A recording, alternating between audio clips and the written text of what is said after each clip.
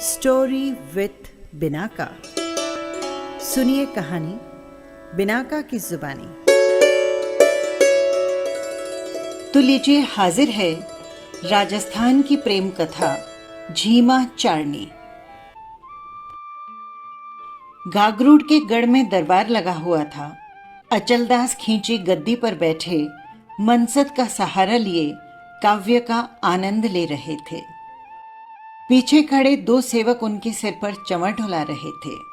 गद्दी के दाएं बाएं दो पंक्तियों में अपने स्थान के अनुसार सामंतगण बैठे कंसूबे की मनुहार दी जा रही थी। सभागृह के ऊपर झरोके में रनिवास की रानियां परिवार की महिलाएं बैठी सभा को देख रही थी। राजा अचलदास की रानी लाला अपने पूर्वज चित्तौड़ के राजाओं की प्रशस्ति काव्य सुन सुनकर गौरवान्वित हो रही थी और नीचे पुरस्कार भिजवा रही थी। अचलदास खींची कवियों का कद्रदान और काव्य रसिक। दूर दूर से कवि उनके दरबार में आते और ऐसे आयोजन होते रहते। आज आया हुआ था जांगलू देश का कवि बीठू चारण। साथ में थी उनकी बहन झीमा चारनी, जो स्वयं एक प्रसिद्ध कवयित्री थी। काव्य प्रेमियों से सभा भवन ठसाठस भरा हुआ था। बीठू चारण ने वीरों की विरुदावली बोली, खींचियों के शौर्य का वर्णन किया। सुनने वालों के हाथ कभी मूंछ पर फिरते तो कभी कसकर तलवार की मुठ को मुट्ठी में दबाते। सारा वातावरण वीर रसमय हो उठा। रक्त का संचार श्रोताओं के चेहरे पर झलक उठा। अचलदास जी ने मुक्त हाथों से हाथी घोड़े सिरोपांव कवि को भेंट किए, गद्दी से उठकर बाहों में ले उसे राजकीय सम्मान दिया। झीमा चारनी अपनी रची हुई कविताओं का पाठ करने लगी। गीतों की, दोहों की और सोठों की वो झड़ी लगाई कि सभा के लोग चित्रवत हो गए। झीमा चारनी का दमकता हुआ मुखमंडल, गौर वर्ण, ललाट पर सिंदूर की गोल बड़ी सी बिंदी, बोलने का जोशीला ढंग, कोयल का सा स्वर, वो समा बांधा कि वाह वाह के साथ सिर झूम रहे थे और कानों में अमृत बरसने लगा। अचलदास खींची सोचने लगे, धन्य है मारवाड़ का देश, जहां झीमा जैसी नारी रत्न पैदा होती है। झीमा बाई, धन्य हो आप और आपकी कविता। आपके काव्य से अभी तक मेरी तृप्ति नहीं हुई। कल आप फिर आएं, आराम से आपसे बातें भी होगी और काव्य चर्चा भी। अचलदास जी ने झीमा को दोबारा आने का न्योता दिया। दूसरे दिन झीमा राजमहल में आई। खींची राजा पूरे सम्मान के साथ उसे अपने कक्ष में ले गए और बातें होने लगी। झीमा के वाक चातुर्य, व्यवहार पटुता और काव्य रचना पर राजा मुक्त हो गए। झीमा बाई, समुद्र में बेशकीमती मोती होते हैं, इस तथ्य को आज मैंने मान लिया। क्या मरु समुद्र की स्त्रियां ऐसी ही रूपवान और गुणवान होती है कोई आपकी जानकारी में? अचलदास ने पूछा। झीमा ने झट सवाल का मर्म समझकर उत्तर दिया, हुकुम, मेरे जांगलू गांव के ठाकुर की बेटी उमा से बढ़कर क्या कोई और राजकुमारी गुणवान या रूपवान हो सकती है? तुम्हारे ठाकुर साहब की कुंवरी में क्या ऐसी विशेषता है? उत्सुकता भरा प्रश्न था। झट से दोहा रचकर उमा सांखली के रूप का वर्णन किया झीमा ने। तो सुनिए राजा जी, उमा सांखली का कोई मुकाबला नहीं। इंद्र की सी अप्सरा, सरोवर का हंस, वसंत ऋतु की मंजरी, भादों का बादल, आषाढ़ की द्वितीया, लक्ष्मी का अवतार, प्रभात का सूरज, पूर्णिमा का चंद्र, शरद का कमल, गुण का प्रवाह, रूप का भंडार। बस बस, बहुत हो गया। हुक्म, पूरी बात तो सुनिए। बाह ऐसी जैसे चढ़ा हुआ धनुष, पतले नाखून, दांत अनार के दाने, होठ हिंगलू की पोट, हंस की चाल चलती है राजा जी। जिस पुरुष ने पूर्व में अच्छे कर्म किए होंगे उसे ही उमा मिलेंगी। अच्छे भाग्य के बिना राज्य और पद्मिनी प्राप्त नहीं होती। हुकुम। तो झीमा बाई, फिर मेरे साथ ये संबंध क्यों नहीं करा देती? खुशी के साथ हुक्म, आप अपने कामदार को मेरे साथ भेजें, जाकर लग्न की तिथि तय करें, झीमा विश्वास के साथ बोली। लाख पसाव का पुरस्कार देकर अचलदास खींची ने बीठू चारण को विदा दी। ठाकुर साहब, गांगरून के राजा अचलदास जी आपकी उमा का हाथ मांग रहे हैं। बीठू चारण ने जांगलू के ठाकुर खींवसी सांखला से जाकर कहा। ठाकुर और ठकुरानी ने कहा, सोना और उसमें सुगंध, देखना क्या और पूछना क्या, पुरोहित के साथ नारियल भेज दो गागरून। पुरोहित उमा सांखली की सगाई का नारियल लेकर गागरून पहुंचा। लाला मेवाड़ी अपने महल में बैठी झूला झूल रही थी, धीरे धीरे गीत गुनगुना रही थी और साथ ही सोच रही थी, आज रात्रि भोजन के समय कौन सी पोशाक पहनूं, उसके साथ कौन से आभूषण हो, और राजा जी से नया चंद्रहार बनवाने को कहूंगी। पुरानों से मेरा मन भर गया है। अचलदास जी को आते देख लाला मेवाड़ी खड़ी हो गई। इस समय कैसे आए? ये समय तो इनके खड़क चलाने के अभ्यास करने का है। मेवाड़ी जी, एक बात कहने आया हूं, मानोगी? मानो तो कहूं, एक अर्ज है। विनीत भाव से अचलदास जी बोले। अर्ज? हुक्म दें, फरमाइए। लाला मेवाड़ी समझ नहीं पा रही थी। अचलदास जी कुछ कहना चाह रहे थे, परंतु उनके बोल निकल नहीं पा रहे थे। कैसे कहें, किन शब्दों में कहें, मुंह खोलते बोलने को और वे फिर से रुक जाते। ऐसी क्या बात है, कहिए ना। लाला ने आंख में आंख डालते हुए पूछा। जांगलू से मेरे नारियल हैं क्या? जैसे सिर पर आसमान गिर पड़ा। आंखें फाड़े लाला देख रही थी। मेवाड़ी जी, माफ करो, होना था सो हो गया। राज तुम्हारा, प्रजा तुम्हारी, हुक्म तुम्हारा, हाकिम तुम्हारे, मैं तुम्हारा, उमा सांखली तुम्हारी। तुम इजाजत दे दो, मैं शादी कर लूं। तुम्हारी खुशी पहले, पीछे मेरी। अचलदास जी ने मिन्नत की। लाला मेवाड़ी विचार में पड़ गई। ये तो गनीमत है कि इजाजत ले रहे हैं। यदि ये आज बिना पूछे जाकर विवाह कर लेते तो कौन रोक सकता था? एक क्या 10 विवाह कर सकते हैं। आज तक नहीं किया, ये बहुत बड़ी बात है। अन्यथा 4-5 विवाह करना तो आम रिवाज है, पर अपने हाथ में रखना चाहिए।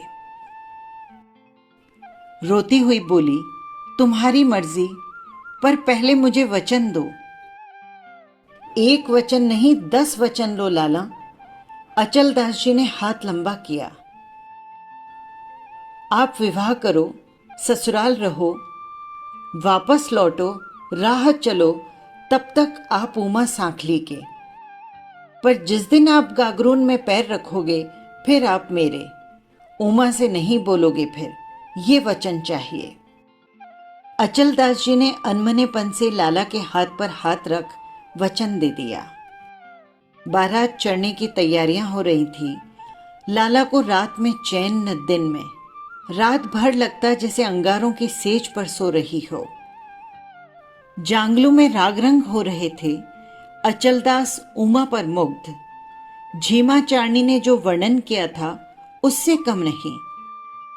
चंदन के वृक्ष पर काला नाग लिपटता है, गुलाब की कली पर भंवरा गुंजार करता है, वही स्थिति अचलदास की हो रही थी। विवाह को पूरे 9 दिन हो गए, हमें तो राजा जी की शक्ल भी दिखाई नहीं दी। बारात में आए बाराती एक दूसरे से कहने लगे। साथ में आए कामदार, प्रधान सामंत मुजरा करने के लिए अर्ज करवाए तो वापस कोई उत्तर नहीं मिलता। एक दिन बड़ी कठिनाई से उन्हें आने की आज्ञा मिली। मंत्री को एकांत में ले जाकर अचलदास बोले, मैं बड़ा दुखी हूं। आप दुखी हैं हुजूर? सांखली जैसी नार रत्न पाकर एक क्षण तो आप उनसे अलग नहीं होते, फिर क्यों दुखी हैं? इसीलिए तो दुखी हो गया हूं उमा जैसी पत्नी पाकर। मेवाड़ी जी ने मुझसे वचन ले लिया था, गागरून जाने के बाद उनके हुक्म के बिना मैं उमा से बात नहीं करूं। अब तुम बताओ, मेरे जैसा दुखी मनुष्य दुनिया में कौन होगा? उमा तो ऐसी है कि एक पल के लिए भी आंख से दूर नहीं की जा सकती। गहरा श्वास छोड़ा अचल दास ने। कुछ महीने स्वयं जांगलू रहने का विचार कर मंत्री बारातियों आदि को गागरून चले जाने को कहा। मंत्रियों आदि ने सोचा, ये तो गजब हुआ। एक कासिद भेजा, लाली मारवाड़ी को पत्र लिखा, रानी जी, राजा जी को शीघ्र बुलाओ। ये तो सांकली जी पर ऐसे रिझे हैं कि घर आने का नाम ही नहीं ले रहे। हमारा कहना तो मानते ही नहीं। कासिद ने लाला मेवाड़ी के हाथ में ले जाकर पत्र रख दिया। पत्र पढ़ते ही क्रोध की झाल एड़ी से चोटी तक जा पहुंची। आंखों से खून बरसने लगा, पर करे तो क्या। उसी कासिद के साथ पत्र भेजा, उमा को साथ लेकर शीघ्र प्रस्थान करें, वरना मेरे मरने की खबर आपको मिलेगी। कासिद पत्र लेकर जांगलू पहुंचा। अचलदास जी रणवास में बैठे, मर्द तो कोई वहां जा नहीं सकता था। मंत्री वो पत्र लेकर जनानी ड्योढ़ी पर पहुंचे। दासी को बुलाकर पत्र दिया, गागरून से आवश्यक संदेश आया है, राजा जी के पास पहुंचा दो। उमा साखली ने दासी से पूछा, क्या है, क्या लाई है, इधर ला। पत्र पढ़कर उमा ने 100 टुकड़े कर उसे फेंक डाला। दासी को डांटते हुए आज्ञा दी, जा कह देना मंत्री जी को, राजा जी ने पढ़ा ही नहीं और पत्र फाड़ कर फेंक दिया।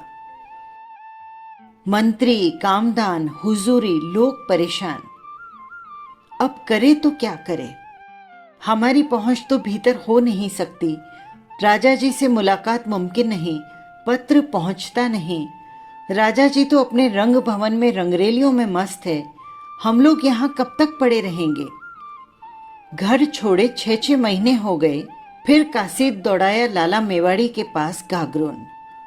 लाला के तो हाल बेहाल, आंखों से आंसू की धारा बहे।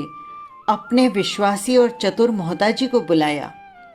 मोहताजी, सब कुछ अनर्थ हो जाएगा। या तो राजा जी को लाओ या मैं अफीम खाकर मरती हूं। खम्मा खम्मा हुक्म, अफीम खाकर मरे आपके दुश्मन।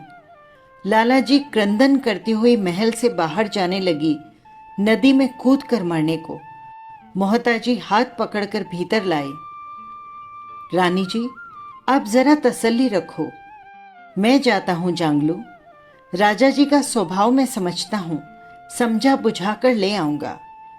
कहकर मोताजी ने जांगलू जाने के लिए घोड़े पर जीन कसी। लाला जी बैठी विलाप करने लगी। चूंदड़ी के चारों पल्ले आंसुओं से भीग गए। सौत के संताप में नैनों की नींद हराम हो गई। रो रो कर उन्होंने आंखें सुजा दी। कई दिनों के प्रयास के बाद एक दिन मोहताजी की अर्ज राजा जी के पास पहुंच गई। मोहता क्यों आया? गागरून पर कोई सेना चढ़ाई? बड़ी रुखाई से अचलदास जी ने पूछा। अन्नदाता हुकुम, किसके हिम्मत की गागरून पर सेना चढ़ा कर आए? जिन्होंने कभी ये हिमाकत की थी, आपकी खड़क की धार से वार को सहन नहीं कर सके, मिट्टी में मिल गए। मैं तो आपको केवल स्मरण दिलाने आया हूं, जिस राजा के अपना राज्य नहीं होता वो पराए घर में बैठता है। दामाद 4 दिन का मेहमान होता है, उसके बाद वो सम्मान नहीं रहता। आपकी मर्जी हो तो मार्ग में 6 महीने रुकते रुकते गागरून पधारें, ससुराल में रहने से शान घटती है। मोहता ने बड़ी नरमी के साथ राजा के मर्म स्थल को छुआ। अचलदास जी के जज गई, ठीक कहते हो, विदा मांगते हैं। बेटी दामाद को विदा दी। ऊंट, घोड़े, दास, दासी, पालकी में उमा सांखली और साथ में झीमा चारनी। राजा अचलदास जी दिन में केवल 2 कोस आगे बढ़ते और अपना डेरा डाल देते। उमा के साथ एक एक क्षण अनमोल। उमा वीणा बजाती, अचलदास जी को रिझाती। झीमा कविता सुनाती, मनोरंजक वार्ता सुनाती, मार्ग में शिकार खेलते। अचलदास जी और उमा दोनों ही झीमा के सम्मान का पूरा ध्यान रखते। उमा अपनी पालकी में झीमा को बिठा लेती, आकुल होकर पूछती, झीमा, ये सुख के दिन और कितने? गागरून के समीप तेजी से पहुंच रहे हैं। झीमा दिलासा देती, घबराओ मत, जो होगा उसका मुकाबला करेंगे। यूं पूरे 6 महीने अचलदास जी ने मार्ग में लगा दिए। ज्यों ज्यों गागरून समीप आ रहा था, अचलदास जी दुखी होने लगे।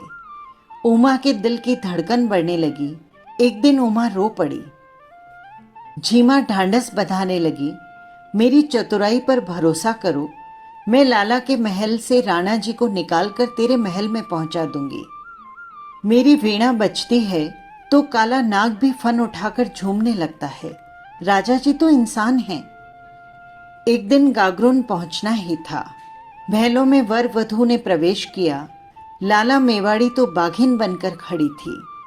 राजा जी, तुमने तो मेरे साथ ऐसी बिताई जैसे किसी ने औरों के साथ नहीं बिताई होगी।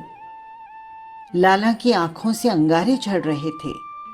अचलदास मेवाड़ी का हाथ पकड़कर अपनी ओर खींचते हुए बोले, मैं कोई बदला थोड़े ही हूं, वचन दिया है उसे निभाऊंगा, नाराज मत हो। राजा जी लाला मेवाड़ी के महलों में चले गए। उमा को एक अलग महल में भिजवा दिया। वचन निभा रहे थे, न तो उमा के पास जाते और न बोलते। उमा को पति की झलक भी दिखाई नहीं पड़ी वहां पहुंचने के बाद। एक एक दिन एक एक वर्ष की भांति बीतने लगा। उमा झीमा के आगे विलाप करती, विरह के दोहे बना वीणा पर गाती, बीती हुई मीठी स्मृतियों को याद करके रोती। झीमा, रात को मुझे सपना आया, वो बिल्कुल मेरे पास आकर बैठ गए, हाथ पकड़कर मुझे उठाया। जो ही वो मेरे गले में हाथ डालने ही जा रहे थे कि मेरी आंख खुल गई। सोचती हूँ कि बस मैं सोती ही रहूं और मेरा वो सपना कभी न टूटे। वही सपना देखते चिर निद्रा में सो जाऊं। ऐसा कोई उपाय कर, अब मुझसे ज्यादा सहन नहीं होता। तेरे दिन फिर आएंगे, सब्र कर, भरोसा रख। झीमा ने प्यार से उमा को सहलाया। झीमा, अपनी जिस वीणा पर तू घमंड करके कहती है कि वन के मृग भी इसके तारों के हिलने पर चौकड़ी भरना भूल जाते हैं, तेरी उस वीणा को क्या हो गया? एक बार खींची राजा को मेरे पास बुला दे, बस एक बार, तेरे पांव पड़ती हूं। उमा की आंखें नम थी। मैं उन्हें देख पाऊं तो बहुत कुछ कर लूं, पर उनकी छाया तक दिखाई नहीं देती। एक बार मेरी उनसे मुलाकात भर हो जाए तो पासा पलट दूं। झीमा और उमा दोनों उपाय सोचने लगी कि कैसे झीमा के खींची राजा से बात हो। झीमा ने महलों के सेवक सेविकाओं से पता लगाया कि लाला मेवाड़ी को गहनों का बड़ा शौक है। हाँ, उसकी इस कमजोरी का फायदा उठाया जा सकता है। झीमा दासियों के साथ बैठी उमा के हार की बड़ी प्रशंसा कर रही थी। लाला जी की दासी ने सुना तो मालकिन के आगे जाकर बात की। हार की प्रशंसा झीमा ने कुछ ऐसे ढंग से की कि लाला जी उसको देखने के लिए उत्सुक हो गईं। दासी ने आकर झीमा से कहा, वो हार पटरानी जी देखना चाहती हैं। झीमा यही तो चाहती थी। 9 लखा हार ले लाला जी के पास गई। हार को इधर से उल्टा उधर से पलटा। हार लाला जी के मन में चढ़ गया। झीमा बाई, मैं भी ऐसा हार बनवाऊंगी। एक दिन के लिए हार छोड़ दो, कल लौटा दूंगी। लाला जी का मन हार पर ललचा रहा था। झीमा ने झट से लाला के गले में हार डाल दिया। ओह, कितना सुंदर जच रहा है आपके गले में, देखिए जरा दर्पण में। झीमा ने बात आगे बढ़ाई। लाला जी उठकर दर्पण में अपनी छवि निहारने लगी। ये हार आपकी नजर, बस एक रात राजा जी को उमा के महल में भेज दें। झीमा ने निशाने पर तीर मारा। 2 क्षण तो लाला झिझकी, पर गले में पड़ा हार अब भी दर्पण में दमक रहा था। उसने सोचा, एक रात में क्या फर्क पड़ता है, वचनबद्ध तो वो हैं ही, फिर एक शर्त रख दूंगी।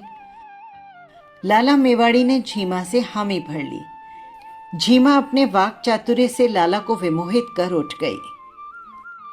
रात को अचलदास जी लाला के महलों में आई। 16 श्रृंगार कर, गले में हार पहन, मुस्कुराते हुए पति का स्वागत किया। खींची राजा के गले में पड़े नौलखा हार पर नजर अटक गई। मेवाड़ी जी, ये नौलखा हार मेरे पीहर से आया है, रानी जी ने भेजा है। आंखों में गुरूर था लाला के। क्यों नहीं, वे मेवाड़ के मालिक हैं, ऐसे कीमती गहने ही देंगे। खींची राजा ने हार को सराहा। रात को अवसर देखकर लाला ने कहा, आप कल उमा के महल में जाकर सोना। अचरज से अचलदास ने लाला के मुंह को देखा। इस मुंह में आज ये शब्द बोले नहीं, पर मन में बहुत खुश। एक शर्त है, आप सोएंगे वहां, लेकिन अपना कमरबंद नहीं खोलेंगे, वचन। लाला ने शर्त रख ही दी। उमा की छाती धड़क रही थी, खुशी से और एक अनजाने डर से। झीमा, आज तुम्हारी चतुरता समझदारी का दिन है। पहली बार आज उमा का घर आलोकित हुआ। ताक ताक में घी के दीपक दासियां जलाने लगी। चंदन की लकड़ी से बने मूल्यवान सुगंधित पलंग की निवार को कसवाकर झीमा ने सेज तैयार करवाई। दीवारों पर गुलाब जल छिड़काया गया। कमरों में इत्र के दीपक जलने लगे। अगर और चंदन की धूप से सारा महल महक उठा। झीमा ने अपने वीणा के तार कसे। उमा की एक आंख में हंसी और दूसरी रो रही थी। पल पल चेहरे पर नूर चढ़ता और उतरता। हाथ जोड़ इष्ट देव को मना रही थी। उमा ने स्नान कर बढ़िया पोशाक पहनी। ये वही पोशाक थी जिसे कभी एक दिन अचलदास ने उमा को पहनाकर बार बार निरखा था। ललाट पर कस्तूरी का तिलक लगाया।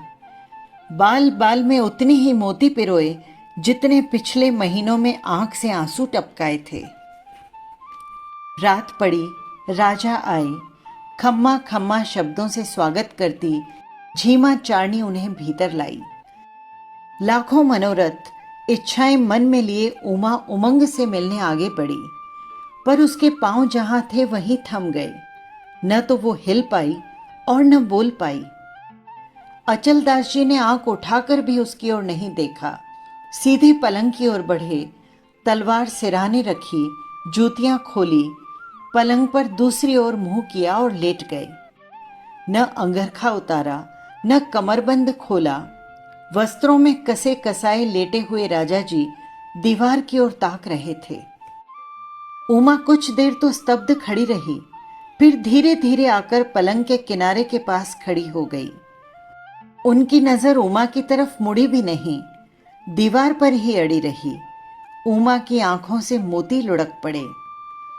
झीमा ने ये स्थिति देखी, कमरे के बाहर बैठ वीणा के तारों को छुआ, अस्वारी राग झंकृत हो उठा और वो दोहे में गाने लगी।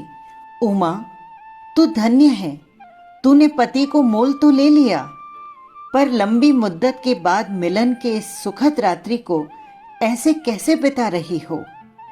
अर्धरात्रि का समय हो रहा है, कीर्ति नक्षत्र नीचे ढल रहे हैं। हार के एवज में पति को लाए हो, पर वो न हंसता है न बोलता है। दोहों को गाते हुए झीमा का कंठ स्वर वायु में लहराने लगा। मन की भावनाएं हृदय को चीरकर गले से निकल रही थी। अचलदास झीमा के काव्य और वीणा का प्रशंसक तो था ही, बिना बोले चुपचाप संगीत का आनंद लेते एक एक शब्द सुन रहा था। उमा बैठी पैर दबा रही थी। उसकी आंखों से आंसू की बूंदें टप टप कर उसके पांव पर जा पड़ी। उमा के आंसू पड़ते देख झीमा को और भी बुरा लगा। उसने ऊंचे स्वर में दोहा गाया, जिसका अर्थ था, चंदन काठ का बेशकीमती पलंग है, कीमती कस्तूरी की सुगंध से शयन कक्ष महक रहा है, सब कुछ वैभव है, पत्नी बिलख रही है और पति सुख से सो रहा है। ऐसा दाम्पत्य जीवन तो 3 कौड़ी का भी नहीं, आग लगे ऐसे घर में। आवाज को तान कर झीमा ने दूसरा दोहा गाया। लाला जी ठीक है, मगर उमा का क्या मुकाबला। पर मुश्किल तो ये है कि अचलदास टट्टू की सवारी करने वाला एक घोड़ा ठहरा। वो कैसे एक इराकी घोड़े की सवारी करेगा। ये सुनकर भी अचलदास न हिला न डुला। झीमा ने मन के दुख को वीणा के तारों पर उतारा। वचनों के बाण सीधे राजा खींची पर जा लगे। उसने दोहा गाया, अरे कल तो हमने अचलदास जी को हाथी घोड़ों की तरह ऊंचे मोल पर खरीदा। ये तो पीतल निकला, सौत के कहने मात्र से बदल गया। पत्नी के ललाट पर तिलक भी इधर उधर नहीं फैला, माणक की लड़ी तक नहीं खिसकी। हमारा तो हार भी गया और काम भी नहीं बना, पिया तो चुपचाप पड़ा है। उमा ने अपना हार भी खो दिया और अपना मन भी गंवाया। इतना कुछ खोने पर भी उमा पति का प्रेम न चख पाई। हाय रे किस्मत। एक नहीं, दिल पर चोट करने वाले अनेक कामोत्तेजक दोहे गा गा कर झीमा चारनी ने सुनाए, पर अचलदास टस से मस नहीं हुए। उनको अपना वचन जो निभाना था, कठोरता से अपने मन पर संयम रख खींची राजा लेटा हुआ तो था, पर उनकी आंखों में नींद नहीं थी। यूं ही रात ढल गई। झीमा ने झुंझलाहट से चिढ़कर दोहे में एक ताना मारा, हम इस खींची राजा को बेच रहे हैं, आओ खरीदो, बड़ा सस्ता दे रहे हैं। कल 50 में हमने लिया था, आज 25 में दे रही हूं, कोई तो ले लो। मांगने पर अन्य वस्तुएं मिल जाती है, पर प्रियतम भी कभी मांगे मिलता है क्या पगली उमा। इस मांगे हुए को जाने दो, अपने को नहीं चाहिए। इसी तरह दोहों में रात्रि बीत गई। उषा काल होते ही लाला जी की दासी आई, राजा जी को भेजो, दिन निकल रहा है। झीमा झिड़क कर बोली, ले जा अपने राजा जी को और हमारा हार वापस करो। अचलदास जी पलंग से उठ खड़े हुए लाला जी की दासी के साथ जाने को। अचलदास ने झीमा से पूछा, झीमा जी, रात को आपने गाकर ये क्या कहा था? हार के बदले पति लाए हैं, क्या मतलब है आपका?